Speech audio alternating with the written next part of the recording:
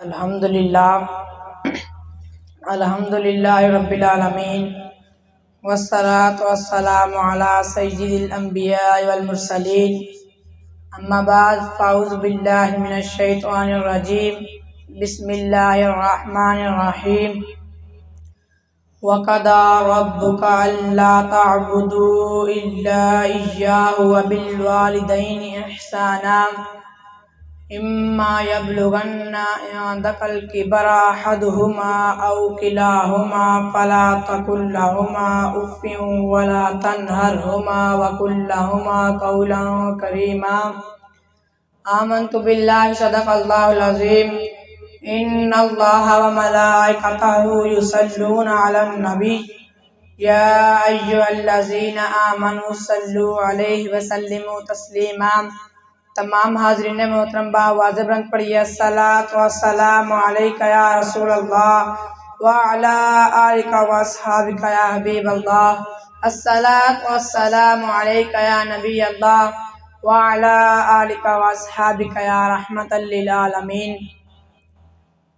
انسان کے تکبر پر خدا کو جلال آتا ہے، انسان کے تکبر پر خدا کو جلال آتا ہے، خدا کی یاد سے دل کو قرار آتا ہے۔ ماں باپ کو تم ہرگز نہ ستانا اے ظفر، ماں باپ کو تم ہرگز نہ ستانا اے ظفر، والدین کی شان میں تو قرآن آتا ہے۔ حمد و صلوات کے بعد ذیشان علماء احتشام اور خوش نصیب حفاظ کرام اور ان کے والدین اور معزز سامعین و حاضرین، السلام علیکم ورحمۃ اللہ وبرکاتہ۔ آج کی یہ بابرکت محفل بسلسلہ دستار فضیلت انعقاد پذیر ہے۔ اللہ تعالیٰ کی بارگاہ میں دعا ہے کہ اللہ رب العزت ہماری اس نشست کو توشہ آخرت بنائے۔ مجھے آج اس موضوع پر لب کشائی کرنے کا موقع ملا، وہ ہے مقام و مرتبہ والدین۔ معزز سامعین و حاضرین، میں نے آپ حضرات کے سامنے قرآن مجید سے ایک آیت تلاوت کی ہے۔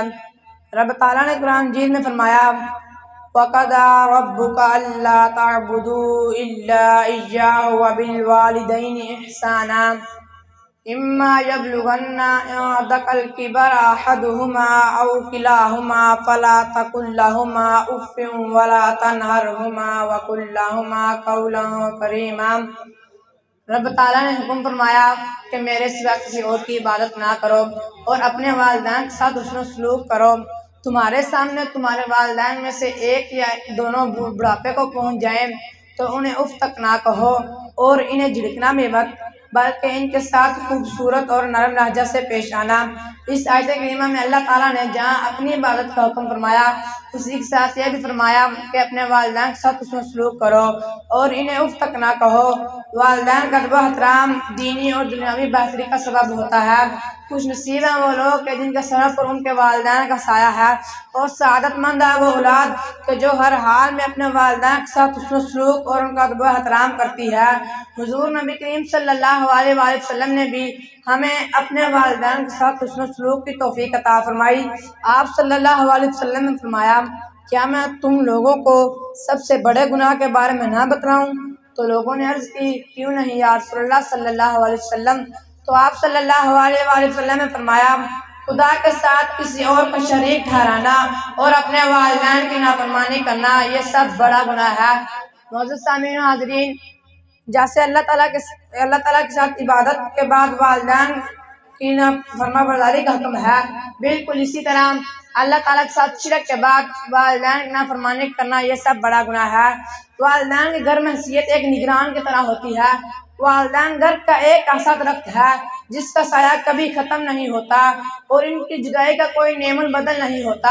اولاد اگر سنجیدگی اور تدبر سے کام لے تو یہ بات واضح ہوتی ہے کہ اللہ تعالیٰ اور اس کے رسول صلی اللہ علیہ وآلہ وسلم کے بعد صحیح معنوں پر جو قابل احترام اور لائق اطاعت جو ہستی ہے وہ والدین کی ہے۔ والدین کی اطاعت اور فرما برداری عبادت میں داخل ہے۔ ان کی نافرمانی کرنا بہت بڑا گناہ ہے۔ والدین کی نافرمانی تو کجا ان سے ناراضگی کا اظہار اور انہیں جھڑکنے سے بھی روکا گیا ہے، بلکہ ان کے ساتھ خوبصورت اور نرم لہجہ سے پیش آنے کا حکم فرمایا، جیسے اللہ تعالیٰ نے فرمایا اور انہیں جھڑکو مت بلکہ ان کے ساتھ خوبصورت اور نرم لہجہ سے پیش آؤ، اور ساتھ یہ بھی حکم فرمایا کہ تو ساری زندگی ان کے لیے دعا کرتا رہ، تیرا یہ دعا کرنا ان کا کوئی احسان نہیں بلکہ اس احسان اور تربیت کا بدلہ ہے جو انہوں نے تمہاری بچپن میں کی تھی۔ یاد ہے مجھ کو میرا باپ میرے بچپن میں، یاد ہے مجھ کو میرا باپ میرے بچپن میں اپنے جوتوں کی جگہ میرے کھلونے لایا تھا۔ معزز سامعین و حاضرین، آج کا یہ ہمارا رویہ بہت عجیب ہے۔ آج کی اولاد اپنے والدین کو بوڑھا ہونے کا طعنہ دے کر اپنے معاملات سے دور رہنے کو کہتی ہے۔ آج کی اولاد اپنے والدین کو بچت سے دولت خرچ کرنے کا مشورہ دیتی ہے۔ آج کی اولاد اپنے والدین کی خدمت کے بجائے ان سے جان چھڑانے کی کوشش کرتی ہے۔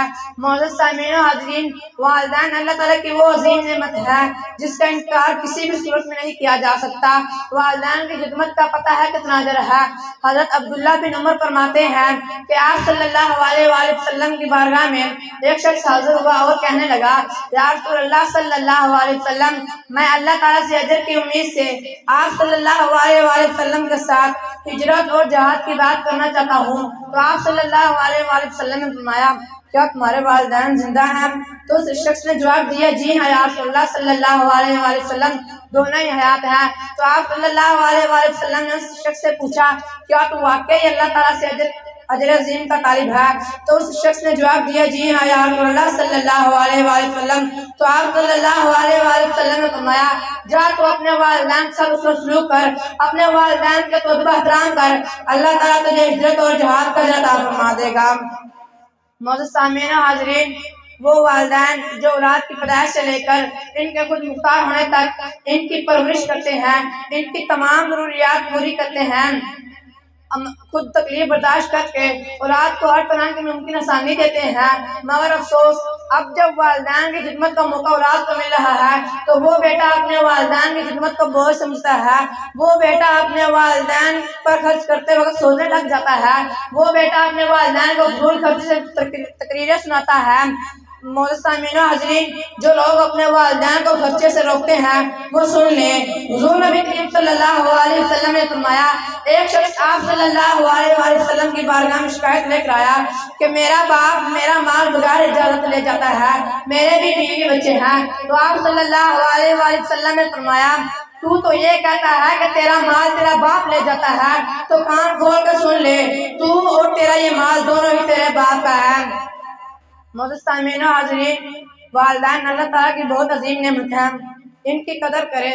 آپ ان کو یہ مت بتائیں کہ اب باپ بڑے ہو چکے ہیں، آپ کو زمانے کا کیا پتا، خود کو ان کے سامنے جھکا لے۔ آج بھی ہماری ہر مشکل تعلیم کے پاس ہے اور ہماری ہر پریشانی کی دعا ہے۔ اللہ تعالیٰ ہم سب کو اپنے والدین سے حسن سلوک کرنے کی توفیق عطا فرمائے۔ دور رہتی ہیں سدا ان سے بلائیں ساحل، دور رہتی ہیں سدا ان سے بلائیں ساحل، جو روز اپنے والدین کی دعا لیتے ہیں۔ والسلام۔